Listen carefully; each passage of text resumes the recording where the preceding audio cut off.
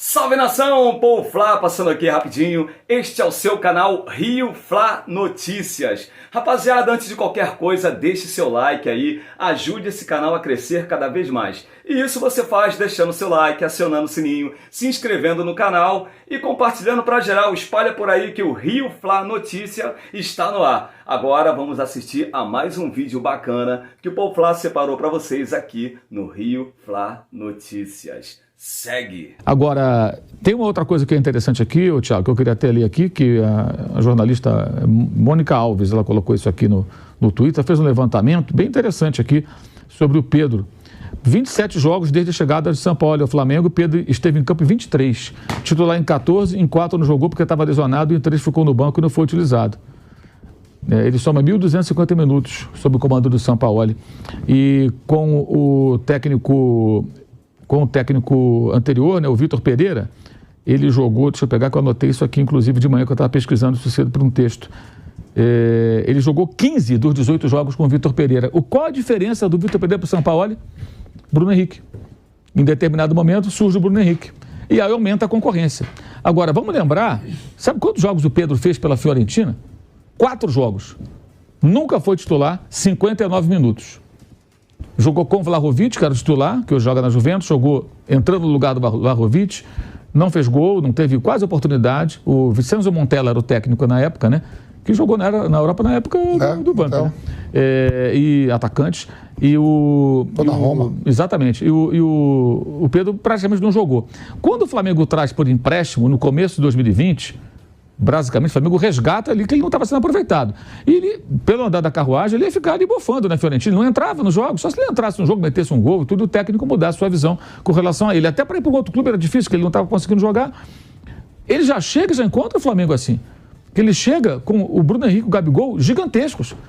Heróis da conquista da Libertadores e do Campeonato Brasileiro, com o Jorge Jesus. Então, quando ele vem para o Flamengo, gente, ele já sabia que ia ter uma concorrência grande. Isso acontece no mundo inteiro nos grandes elencos. Você pega, por exemplo, um jogador como o Mahrez, foi reserva agora no final da temporada, no final da Champions League.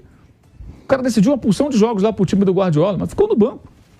Outros jogadores importantes ficaram no banco. Isso acontece em vários times. O Rames Rodrigues está chegando agora a São Paulo com festa, ficou muito no banquinho do Real Madrid. Então, guardadas as devidas proporções, o Flamengo, como o Palmeiras também pode fazer a mesma coisa, são clubes que têm potencial para ter jogadores muito bons que vão ficar na reserva. Agora, se você vai jogar no Flamengo, hoje, você tem que entender o seguinte, cara, a chance de eu ficar no banco é grande. O Davi Luiz fica no banco.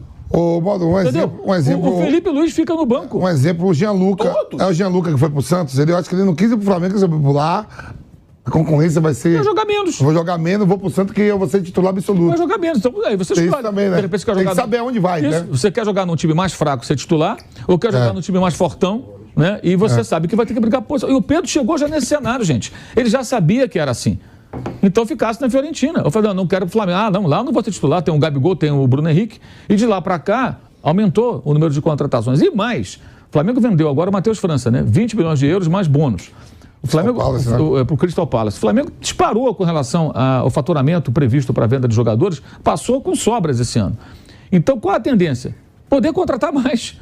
Então, a disputa por posições vai ficar mais acirrada. Por outro lado, cara, é muito jogo, todo mundo joga. Se ele está insatisfeito com alguma coisa que não está sendo aproveitado, isso se resolve lá dentro. Ele contra o Grêmio agora, Mauro. Pois é. No meio de semana. Pois é, e perdeu até um gol. Quase ele faz um gol e perdeu. Agora, o São Paulo cobrou e tudo. Se a cobrança for profissional, sem humilhação, sem assédio moral, sem exposição perante os companheiros, alguma situação que seja constrangedora, é normal também. Talvez ele cobre do Gabigol também, eu não sei. Então eu vejo assim uma certa suscetibilidade que eu acho que é incompatível com o futebol profissional. E você vai enfrentar isso em qualquer grande clube, entendeu? Qualquer grande clube. Então você vai ter que jogar no time mais fraquinho, né? Que você é o dono ali da camisa 9, você joga, o time joga por você e tudo bem. É uma questão de escolha. Só que para isso alguém vai ter que pagar o Flamengo quanto ele custou. E ele custou caro. E ele ganha muito bem, por quê? Porque ele custou caro, é um jogador caro. Então, sabe, eu vejo tudo isso de uma maneira, assim, olhando de forma muito pragmática. São as circunstâncias do futebol. Agora, o Sampaoli, por outro lado, também, ele é um técnico. Isso é um outro ponto. Que ao contrário do Dorival, ele não dá papo para jogador. né? Informação que a gente tem lá de dentro, isso já falava-se em outros clubes onde ele trabalhou, ele faz e acabou. Ele não fica dando explicação, passando a mão na cabeça e tudo mais. E o jogador brasileiro gosta muito disso, né? Geralmente gosta desse cafuné, desse carinho. Quando vai lá para fora não tem esse cafuné, o cara se adapta muitas vezes. Outros não se adaptam, acabam pedindo para voltar, acabam retornando ao futebol do Brasil.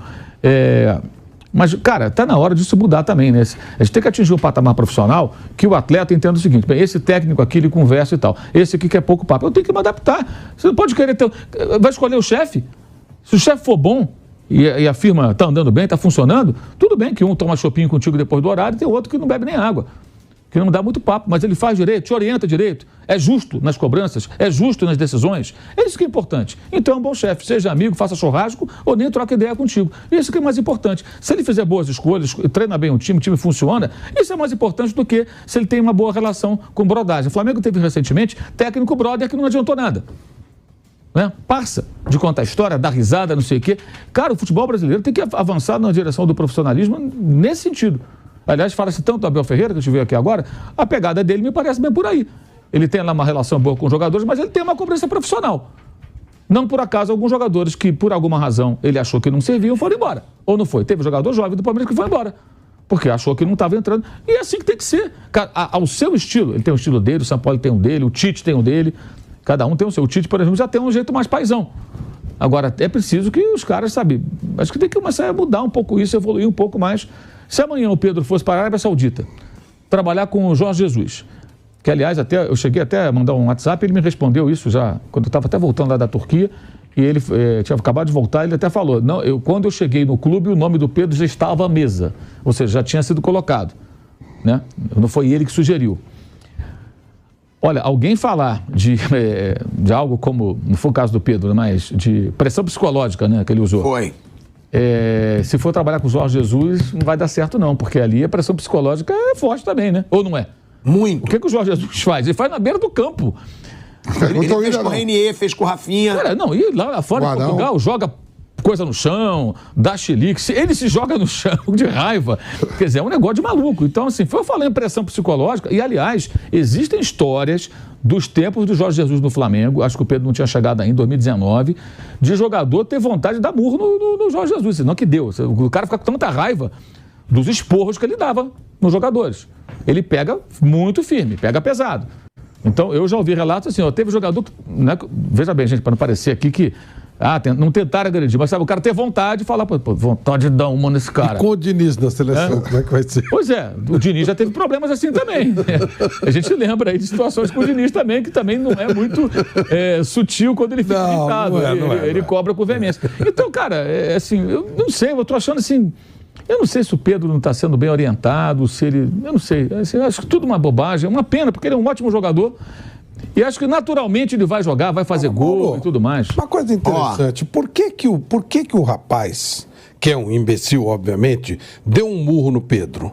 Porque a conversa diz assim, você não aqueceu, você não me respeitou, aí ele teria... O que ele falou pro rapaz ter dado um burro, que é uma imbecilidade, sim, mas qual teria sido o motivo disso? Só porque ele se negou a aquecer? Me parece meio... Tem alguma coisa aí que não fechou na história. Pois é, essa... Alguma resposta que o Pedro deu, o Pedro bateu na mão dele porque ele deu 3 tapinhas na cara do Pedro. Não pode fazer. O Pedro bateu e aí ele deu. Então, mas por que o cara chegou a esse ponto de bater na cara dele? A gente não sabe o que ele falou. E eu acho que... Diz até que é o modo italiano. Até esse papo aí. Ao mesmo tempo, assim, talvez o próprio cara, vendo que qualquer coisa que ele diga não vai minimizar a besteira que ele fez, não tenha dito nada. Talvez um dia isso acabe vazando, não sei se no boletim de ocorrência isso é citado. Porque alguma coisa houve, um gatilho para esse ato. Agora, o soco que ele deu lá no torcedor do Olympique, eu tava vendo ontem. O cara torcedor tava aqui, você viu? Bom de boxe. Você viu isso? Só que eu acho que nem foi na cara, parece que foi no peito. O quê? Derruba o cara cai. Não, e detalhe. Você viu essa imagem, Fran? Tinha uma galera invadindo o campo, né? Eu fiquei pensando ali, o vídeo termina, se os caras não iam juntar ele ali, né? Tem outro ponto importante que, conversando com esse advogado, ele falou, eu falei, Mauro, tem outra coisa que é relevante. Qual é o pontapé inicial da confusão? Quem cria a confusão? Ele falou, segundo os relatos que a gente está acompanhando, é o jogador que, no ato de insubordinação, se recusa a continuar o aquecimento quando havia uma substituição. É bom frisar isso. Ainda havia uma troca a ser feita pelo técnico. Thiago Maia. Que foi feito o Thiago Maia. Ou seja, o São Paulo não havia ainda feito a última substituição. Que já começou a gente falar, não, para que ele ia aquecer se já tinha trocado? Não, tinha trocado 5, não. Isso foi depois da entrada de Cebolinha e de Luiz Araújo. Então tinha uma troca para fazer. Então o advogado dizia, bom, quem começou? Pelo que eu estou acompanhando, todo mundo está acompanhando, a confusão entre os dois começa com um ato de insubordinação do atleta que se recusa a seguir o aquecimento e senta no banco de reservas. Ele não pode fazer isso, ele tem que seguir as determinações do preparador físico para o técnico colocar em campo quando ele quiser. Então, eu falei, ainda tem essa se ele entrasse na justiça, ele seria uma atenuante pró-clube. Ou seja, ele começou uma situação que gerou um erro maior ainda, evidentemente, por parte do preparador físico. Então, assim, realmente, assim, essa conversa eu vejo pouca brecha para esse tipo de coisa. Eu tenho informação aqui de fonte seguríssima, tá? Bem segura, com relação ao Pedro. Porque eu pergunto, Pedro vai sair? Aí a resposta, está querendo, quer muito sair, mas acha que não vai sair. Ou seja, o Pedro sabe que ele está preso ao Flamengo. E aí eu digo, tá, mas ele quer sair. Sim, ele quer sair. Tá bem chateado, tá bem puto.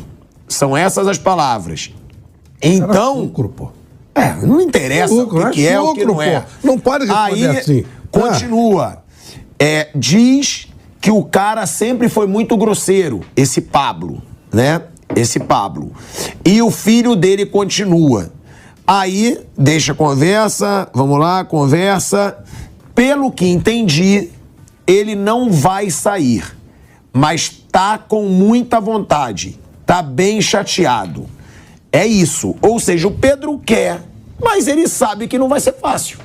Ele sabe que não vai ser fácil. Ele vai comprar o passe dele, digamos assim, por 14 milhões de euros, que foi quanto ele custou. Não, a única forma, né, Mauro, dele sair... Para ficar no valor que ele custou, porque a multa dele é muito maior. Gente, o jogador de futebol tem um contrato. O contrato ele tem que cumprir. Ele custa uma fortuna. Ele custou uma fortuna.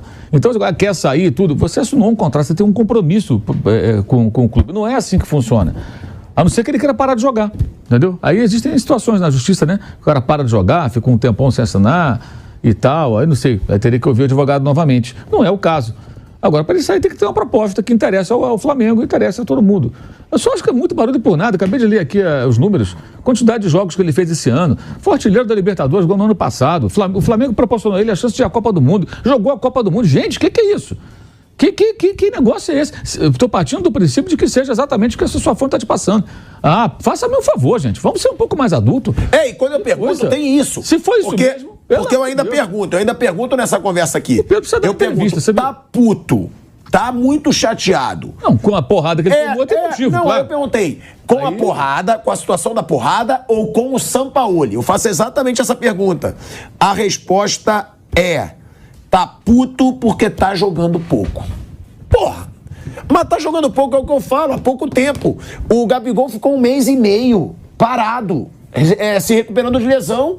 O Pedro teve a chance dele de se firmar. Foi com o Sampaoli. E ele não se firmou. Agora, é aquilo que você falou, Mauro. Teve um levantamento. Teve um levantamento que com Jorge Jesus, Pedro foi mais reserva. Ele se machucou batendo um pênalti, não foi, Malda? Foi? Ele se machucou, lembra que ele bateu um pênalti? Foi. Se machucou batendo um pênalti, lembra que ele teve... Exato. O Pedro com o Jorge Jesus foi mais reserva que titular. Com o Domenech, foi mais reserva do que titular. Com todo mundo. Com o Renato, mais reserva do que titular.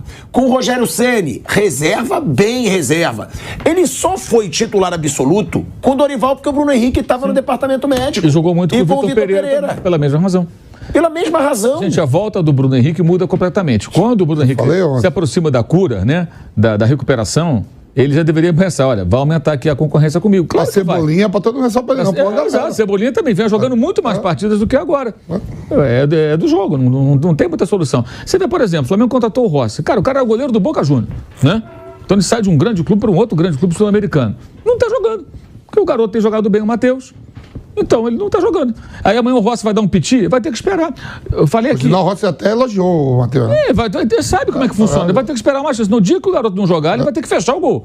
E aí ele põe ali uma dúvida no técnico, de repente ele consegue ganhar a posição. Funciona assim. Ainda mais goleiro, né? Que fica nessa situação. Agora, ele jogou um semestre aproximadamente na Fiorentina. 4 partidas. Então, ele quis voltar para o Brasil. Se ele falasse, não quero ficar, porque eu vou vencer aqui, ele teria ficado lá. Ele já aceitou logo correndo voltar para o Brasil. Aí agora ele não está jogando o número de partidas que quer. Se de fato ele quiser sair, peraí, aí é complicado, quer dizer, então tem que se dar um contrato com o clube que aceite colocar que ele vai ser titular absoluto sempre. Ou então ele tem que jogar em time mais fraco. Porque vamos imaginar que ele fosse bem na Fiorentina e da Fiorentina ele fosse para a Inter de Milão. A Inter teria ele e o Lautaro. Ele ia ser reserva do Lautaro, ou reserva do Dzeko, ou reserva do Lukaku, que estava lá até Eles três giram, né? Giram. O Lukaku era reserva na Inter de Milão, gente. O Lukaku tem muito mais currículo do que o Pedro, não tem? Tem. Foi mal na Copa do Mundo e tudo, já está na reta final de carreira, caminhando para isso, mas o Lukaku tem muito mais estrada, nome e valor de mercado, né, do que o Pedro. E o Lukaku é banco da Inter. Então, se ele saísse da Fiorentina, que ele brilhasse da Fiorentina. O Dybala, né? Chegou a ficar um tempo na reserva. O Dybala foi para Roma, que é um clube menor do que a Juventus, né? E foi lá com uma grande festa e tal, mas foi para um time menor. Porque na Juventus ele já não tinha tanto espaço, tanto que ele ficava no banco. Então, se ele ficasse na Itália, se ele brilhasse na Fiorentina, como o Vlahovic depois brilhou e foi para a Juventus, ele fosse um time maior, ele correria o risco de ficar na reserva. Ele ia fazer o quê? Ele dá um piti na Juventus? Cristiano Ronaldo ficou na reserva. Cristiano Ronaldo ficou na reserva na Copa do Mundo. Ficou bravo, mas ficou na reserva. Mas ficou na reserva. Então, assim, ele tem jogado até bastante. Tem jogado bastante. E agora, domingo mesmo, o Gabigol não vai jogar. Está suspenso contra o Cuiabá, ele vai jogar. Quinta-feira contra o Olímpia. Vai que ele entra e mete o gol. Quase que ele fez o gol ali em poucos minutos em campo contra o Grêmio. Seria praticamente um gol de classificação, né? Que seria 3-0 ali. Ia ficar quase impossível para o Grêmio, convenhamos.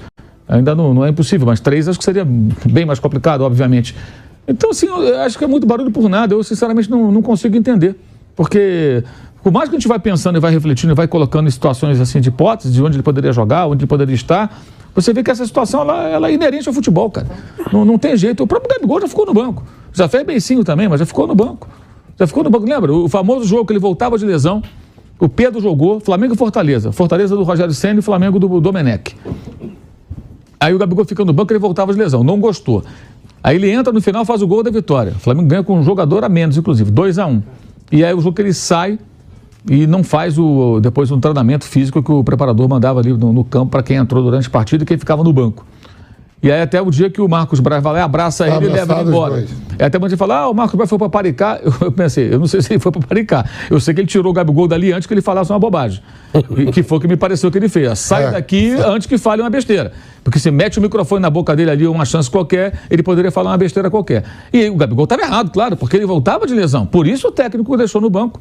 E ele entrou e decidiu o jogo, cara. Então, assim, tem umas coisas de jogador de futebol que eu não entendo. Cara, o cara entrou e decidiu o jogo. É a hora dele sair triunfal, né? Pô, viu, me deixou no banco, eu entrei, 15 minutos e resolvi o jogo, ganhamos o jogo. Aí o cara sai com raiva, aí o outro fica com raiva. Caramba, que dificuldade, né, cara? Que coisa impressionante. Pô, não dá pra entender. O Arrascaeta estava no banco no sábado, né? Ele jogou metade do jogo, resolveu a parada, quer dizer, imagina.